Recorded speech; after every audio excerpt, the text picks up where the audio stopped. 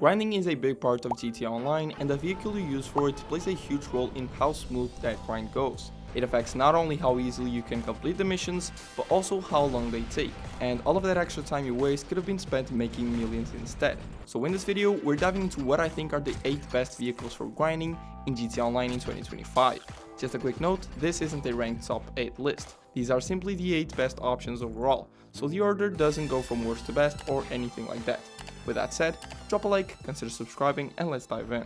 Let's start with the cheapest vehicle on the list, the Duco Death, which you can get from WARTSTOCK for absolutely $0. This is a really cool looking muscle car with a tough appearance, and it's not just for show, it's actually a beast. First off, it comes with some protection against gunfire. The front is a bit more exposed for the driver, but the passenger side has much better protection, with only a small gap where bullets can go through. As for the size of the car, they look like they'd offer a great protection, but unfortunately they're completely useless. Bullets go right through those big open gaps, which is kind of a shame. However, the rear of the car is 100% bulletproof, blocking everything, which is awesome during chases. The Duco Death is a 2-seater, and in terms of performance, as you'd expect from a muscle car and heavy, it's not too crazy. It has okay acceleration and a decent top speed, reaching up to 115 miles per hour, which isn't that bad. Now, while armor isn't the most important thing when it comes to missions and PvE, it's worth pointing out that this car can tank up to 9 homing missiles and 3 sticky bombs before blowing up, which is just insane for a free vehicle. On top of that, you can equip it with a missile lock-on jammer through the agency vehicle workshop for $400,000, making it an even better choice for grinding even in public lobbies. When it comes to customization though, it's limited to the basics, performance, respray, and wheels. But I have to say that the performance upgrades are really affordable, which makes it even more appealing for beginners. Oh, and one more thing, it also comes with bulletproof tires by default, which is a huge plus, especially for a free vehicle. Now let's move on to the Duke's biggest rival, the armored Kuruma, available on Southern San Andreas Super Autos for just under $700,000 or $525,000 with the trade price, which you unlock by completing the Fleece job. The price isn't too bad for what you're getting, but compared to the Duco Death, it's definitely on the expensive side. The Duke has decent protection against gunfire, but the Kuruma's bulletproofing is on another level. You can sit there and shoot at the windows for as long as you want with any weapon, they just won't break. In fact, you'll blow up the car. However, and of course there's a however, the Kuruma can't survive any kind of explosion. So it's kind of the opposite of the Duke. The Duco Death has balanced defenses, able to tank explosives and some bullets. The Kuruma is all about bullet protection, and while it excels at that, it goes down with just one rocket or sticky bomb or whatever. But what makes the Kuruma so powerful is that even though enemies can shoot into you, you can shoot out from inside. That makes it incredibly effective for grinding contact missions or heists. Performance wise, its top speed is a bit lower, around 5 miles per hour slower than the Duke, but its acceleration, handling and overall driving feel are much better. It's also a lot lighter, which makes sense since the Duke is still a heavy muscle car at the end of the day. In terms of customization, it's nothing special, just a few basic options, and unfortunately it can't be equipped with the missile lock-on jammer, so public sessions are a no-go if you're trying to stay safe. Overall, for grinding, the Kuruma is usually the better choice, but if you're looking for a more budget-friendly option, the Duco Death is still an amazing pick. Next up, we've got IMANI tech vehicles, but not just any of them. What we're looking for is a vehicle with bullet-resistant windows, solid performance, and ideally sleek proximity mines. My go-to picks are the Buffalo STX, the Dubachi Champion, and the Enos Jubilee.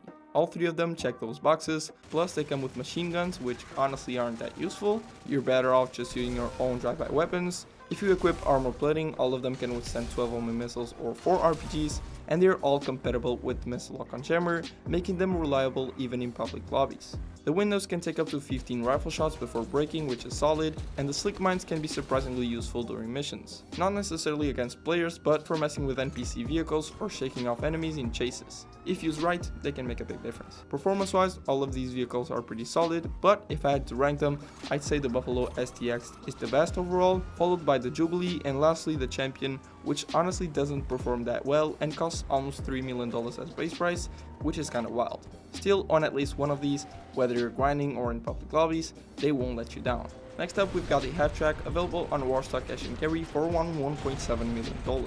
Now, in my opinion, the half-track is one of the most underrated vehicles in the game. Sure, its performance isn't great, with a top speed of just 58 miles per hour, and honestly, just looking at the thing, you can already guess that. But what it lacks in speed, it makes up for with insane protection, being able to tank up to 14 homing missiles, which is just ridiculous. You can upgrade it inside the MOC or Avenger, and although you can equip armor plating, it's really not worth it. It might look like it gives you better gunfire protection, but it actually changes nothing because the half-track is already 100% bulletproof from the front. As you can see here, even with no windshield, bullets still hit an invisible barrier. It's crazy overpowered and makes no sense, but hey, we're not complaining. Unfortunately, this doesn't apply to the sides, and again, don't install the armor plating because it disables your ability to shoot or throw anything from inside the vehicle like sticky bombs. Offensively, the half-track comes with stock machine guns, but if you've done the bunker research, you can upgrade it to a quad 20mm autocannon, and this thing is absolutely broken. It deals massive damage, has an insane range, and the gunner is fully protected from the front-facing gunfire.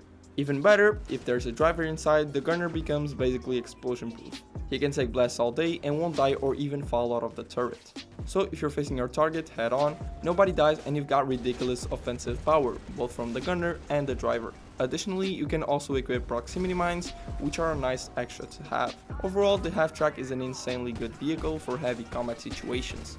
Of course, it's not the best for missions that require long travel distances, but inside missions or PvP, this thing is an absolute monster. Next up, we've got one of my favorite vehicles in the entire game, the weaponized Ignis. Available on WARTSTOCK for the low price of $4.5 million. And just so you know, there's no trade price, you're paying full price for this beast. This bad boy looks insanely good and aggressive, and it actually has a decent amount of customization options.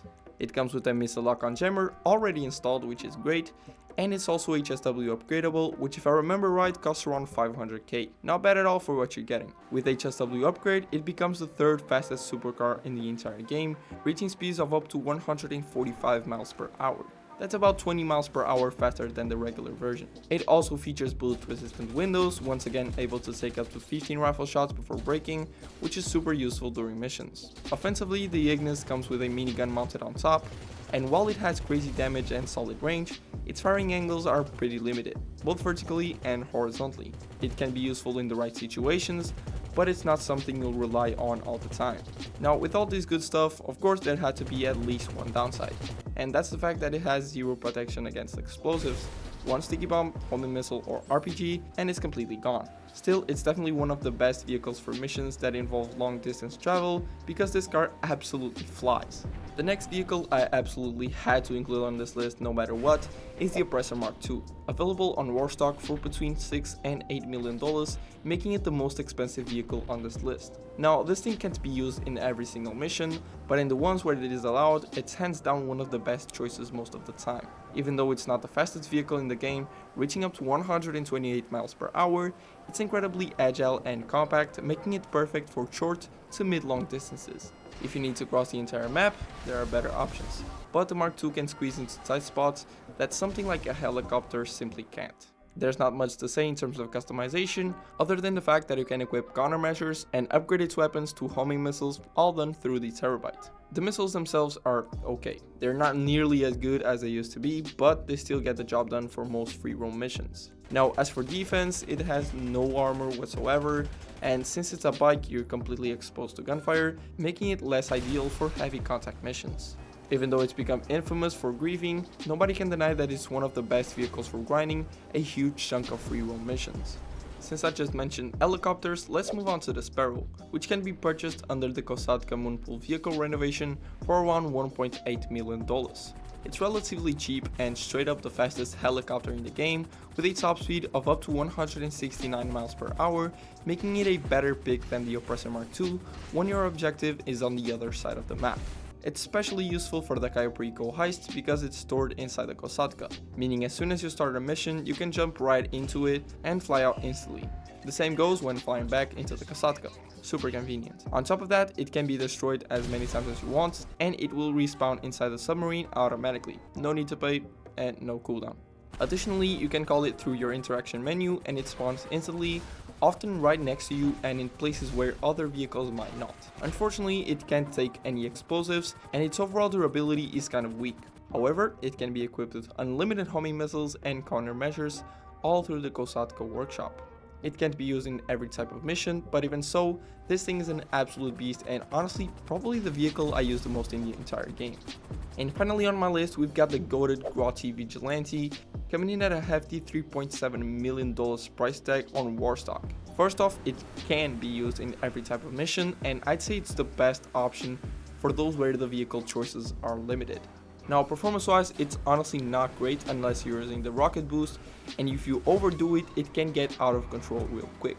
The boost is insanely strong, and since the Vigilante is a heavy vehicle, keeping it under control after boosting can be tricky, so you gotta be careful. It can survive any kind of explosion, so don't expect much in terms of durability. However, the real power of the Vigilante lies in its offensive capabilities. It can be equipped with homing missiles, and not only they are super cheap, but they're also some of the best missiles in the entire game, better than those on the Oppressor, Toreador, Deluxo by far. You'll rarely miss a target even if they are on foot.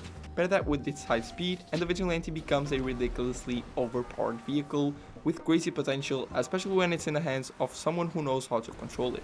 And those were my picks for the best vehicles for grinding missions in GTA Online, whether it's regular missions or the ones with vehicle restrictions. Hope you enjoyed the video and maybe agreed with some of my choices. If not, feel free to drop a comment down below. I'd love to hear your thoughts and discuss it with you. If you enjoyed the video, make sure to leave a like, consider subscribing, and I'll see you in the next one.